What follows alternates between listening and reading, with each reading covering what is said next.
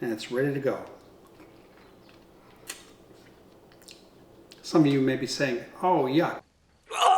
But I'll let you in on a little secret. I don't wash my fruit either.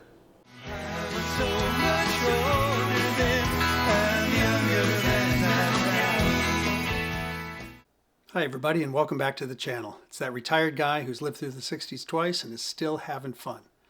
Today's a quick one. It's my take on my fave simple lunch, a ham and cheese sandwich. Now, a ham and cheese is an American favorite. It was apparently created back in the 1800s by an Irish immigrant to England named Connolly. In fact, there are some areas in the Midlands where they still call a ham and cheese a Connolly.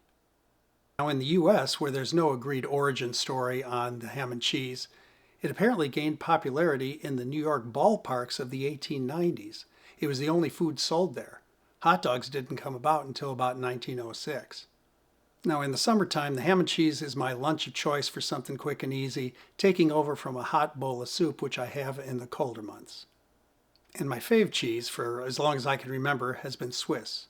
Now, Swiss cheese is essentially Emmentaler cheese as made in Switzerland. The name Swiss cheese, however, became generic long ago. As a side note, some years back we went to Emmental in Switzerland and toured a cheese dairy there. And as we walked the grounds, there really were cows there with bells on in a meadow, and it sounded just like this. At that moment, it really did seem like the prettiest, most relaxed place in the world, and they did seem like the happiest cows in the world. We were all amazed by the wheels of cheese being made inside that dairy. But back to lunch. Now when I retired, lunch became a little bit more important part of my day. You see, I never worked from home except during COVID. I remain convinced that personal interaction is vital to business and personal relationships. But full disclosure, I only live 10 minutes from the office. But I have to say, even if I lived 45 minutes away, I would have been there every day. That's just me. But now, being home all day, that puts me on a little bit more regular schedule and has me think about my options a little bit more. But to be honest, not too much has changed. Making a tasty ham and Swiss now and again was always a part of my lunchtime routine, and that's remained the same. So what do you say? Why don't we go make one together?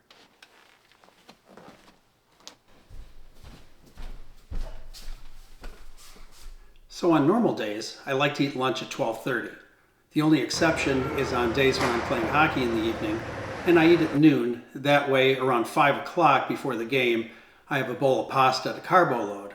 I haven't checked out that regimen with any sports medicine guys, but it seems to work for me and I'm sticking with it. And as you all know, on the mornings when I'm playing hockey, I have my bowl of oatmeal. You can check out the video on how to make it right. So when we talk about making a good quick ham and Swiss sandwich, we're not going all gourmet on you with toasting and frou-frou cheese or bread made by monks somewhere. It's just a quick, tasty sandwich on a regular day. Now the first thing we need is the bread. Now when I was a kid, like most other kids, I grew up on white bread for many years. Wheat bread just tasted rough and tough to me, kind of like eating the wheat right off the stalk. It just wasn't good. Later in life, though, I was convinced to eat oat bread for a while.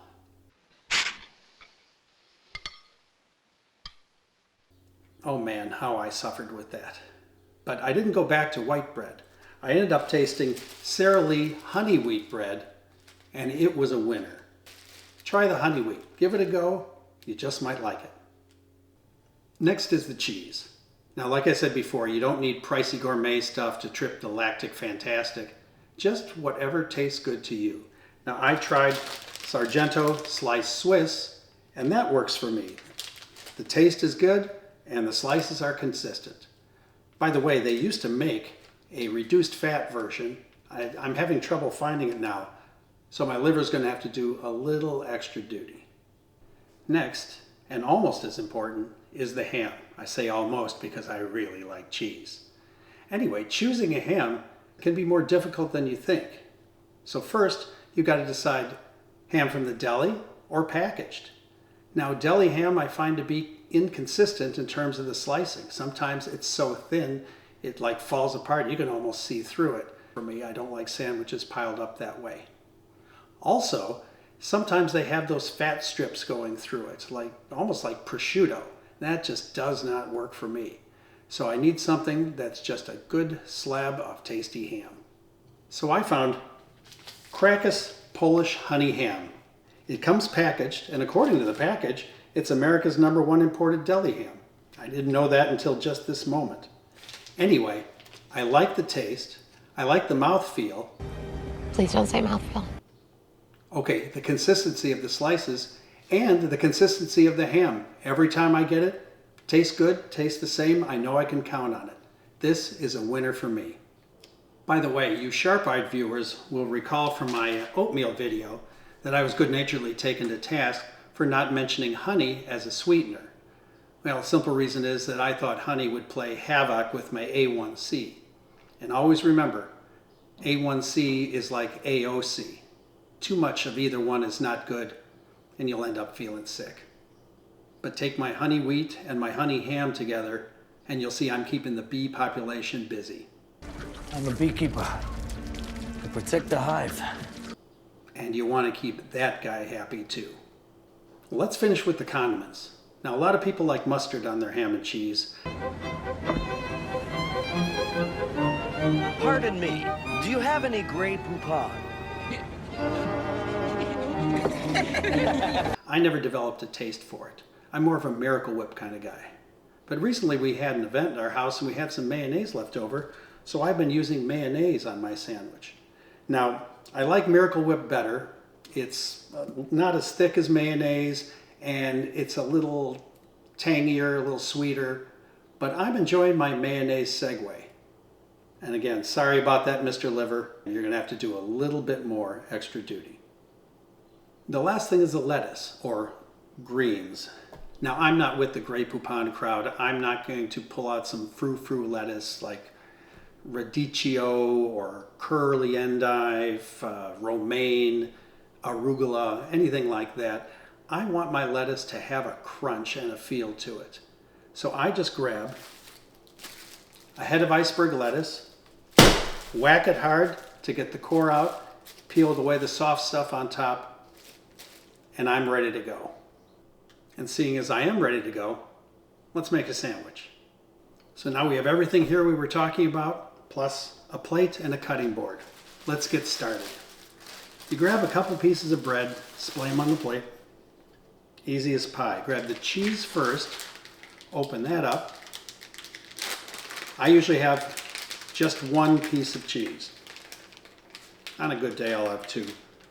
But that's easy to put down and easy before you've done anything else to close it back up. We'll close up the bread in a second. The next is the ham. I like 2 slices, so I open it up and I grab them out one at a time. And I just fold them onto the cheese with the edges, the folded edges, away from each other. I'm not even sure why I do that. I suppose it's where the thickness is, but then it works. I usually have a little towel handy to wipe my fingers after I've gone into the ham. We'll close that up. Next comes the mayo, or whatever it is you like on there, the Miracle Whip or the mustard. Now, they usually come in squirt bottles these days. The era of the jar and the spreading knife is coming to an end. That's progress. Just take it and I squirt it on. You'll get used to how much you put on there after a few tries. What tastes good and what looks about right. Now you may be thinking it's time for me to grab a knife to spread the mayo, but the nice thing is you were born with a spreading knife. So you can take it in there and just spread it around, get it flat, consistent, and it's ready to go. Some of you may be saying, oh, yuck. But I'll let you in on a little secret. I don't wash my fruit either. Next is the lettuce. Now, this is where having the mayo open on the other side of the bread can come in handy, because every once in a while I'm out of iceberg and we have some of this frou-frou cut up lettuce that I have to struggle to use, and if I put it on there it helps to glue it in there, and when you put the sandwich together, it doesn't fall off. Just a minor little trick. But hopefully that doesn't come around too often.